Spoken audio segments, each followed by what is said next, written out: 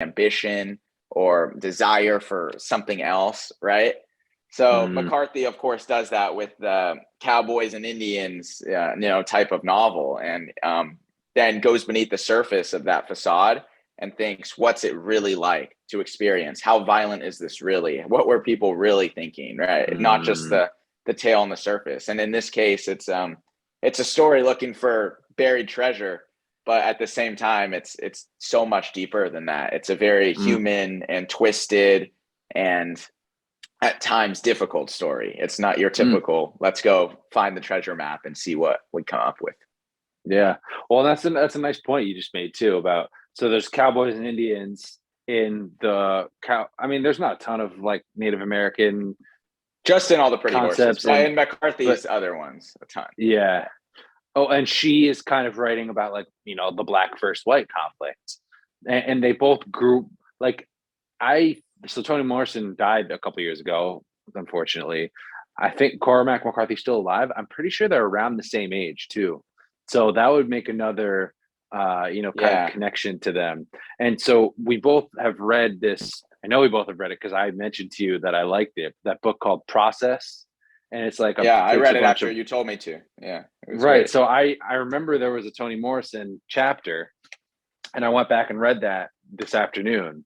And I remember the first time I read it, I think one of the reasons I really connect with her, like I really enjoy her writing, is because when I read that chapter on how she writes and who she is, lots of things, just like how I write, tended to be like she writes her first draft by hand and then transfers that into a computer. So I was like, oh, I like you. We do the same shit. But the influences she listed, I think this might be a reason why they're connected also. So James Baldwin, I don't think Cormac McCarthy would say he's influenced by James Baldwin. No, I love James Baldwin. He's incredible. Yeah, we'll read one of those for sure. So James Baldwin, William Faulkner. You said that McCarthy was big on Faulkner, right? Yep. Yeah, Faulkner, Tolstoy, Leo Tolstoy, Virginia Woolf, Dostoevsky, and Jane Austen. Those are the ones, and then a host of like more niche, like Black African American authors that I didn't list. I probably should have, but there were ones that I didn't know. So it's like, I guess my point though is that they have a lot of connections that are for their influences before. Yeah, I think that's a terrific list that you did name. I have, for listeners, and mostly everybody will be listening, not seeing, but behind me, I have all my Baldwin, my Faulkner, my Dostoevsky, my Tolstoy. These are the people that I think there's a reason the great authors, they read these folks and then they don't necessarily copy the style, but they transform it and inscribe their own personalities and their own unique way of looking at the world and writing. And she has a very unique voice. You're next. Daniel Breyer. You're next. First. Yeah. I'm reading the same books. That means all the books. Destined. I'm destined. I don't have those books behind me, so it's all you. All right. So last little point of like background that I thought was cool. She didn't write her first novel until she was 39, and she didn't even intend, like, she wasn't like you and I, who are just these like young bloods, like out here trying to better ourselves and make, be like write, like we would love to write for life. She was just like a mom. She taught at Howard University in DC. And then they kind of like strung her into a writing course, a writing workshop rather. And then they were like, all right, you got to have something to write. You have to have something to read when you're here. Otherwise you can't get the free food. So she wrote something like the snippet of The Bluest Eye, which was her first book.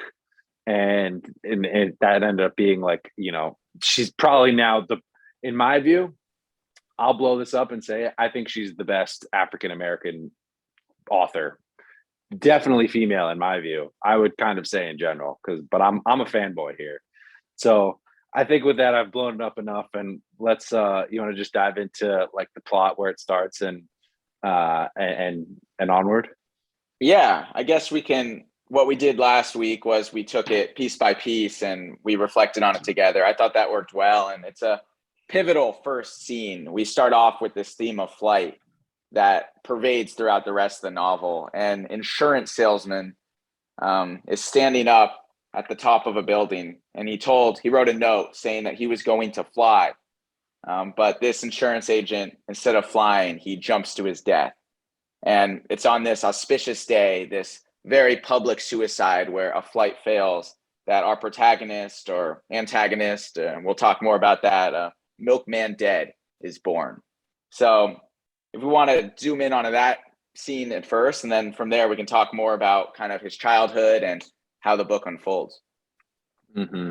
Yeah, and the first line is the North Carolina Mutual Life insurance agent promised to fly from Mercy to the other side of Lake Superior at 3 o'clock, which is that's a fun opening line. And she actually breaks that down in the foreword, in my version at least. Oh, I didn't have it. I had it somebody else writing a forward in my book. What did she say? Oh, interesting. More or less, she was talking about how every word in the first line just like does work for her. Like it's sort of deliberate. Two words of significance, fly and mercy. Both terms are central to the narrative. Flight as escape or confrontation. Mercy, the unspoken wish of the novel's population. And more or less, she says also that she wants it to like sort of mock a journalistic style because it's just like a fact, like something happened. Yeah. And then it could have been, just something you read in a local newspaper. And the insurance company, the last point she said was the name of an insurance company that is well-known, Black-owned company dependent on Black clients. And in its corporate name are Life and Mutual. So she kind of pulled on things that people know of to make this like connecting first line. It's a very factual statement, and I like that she referenced that was how it's written. And overall, it's the scene that as readers feels like it should have great significance, but to the people who kind of watch, it's painted as just a very insignificant thing that is happening. People are just as focused on Pilot singing and the rose petals from Ruth, who is our protagonist's mother, Milkman, falling everywhere, than they are in this man who's about to commit suicide. And I think it's that one is exhibiting there's a certain regard for this gentleman who's killing himself that is very negative. He is similar to Milkman's father, that he takes advantage of other people in the community by kind of going to their houses and collecting these insurance payments. And he's an exile in the community. He doesn't fit in the same way. And when he dies, they're left with this legacy that this is how Milkman is born. But at the same time, we never learn anything about this insurance salesman or what happened to the people who may or may not have cared about him. I never made that connection between the insurance guy and Milkman's dad. So let's just give a little bit of background also. So Milkman is the youngest character in the youngest main character in the novel. And we kind of start out, he's like basically, he's not born. That's what we just learned. He's not born, and he has a father named Macon. They're both technically named Macon Dead, literally Macon Dead. And Milkman gets this, which we'll talk about the scene. He gets the nickname Milkman. Yeah. And he has his an aunt named Pilot.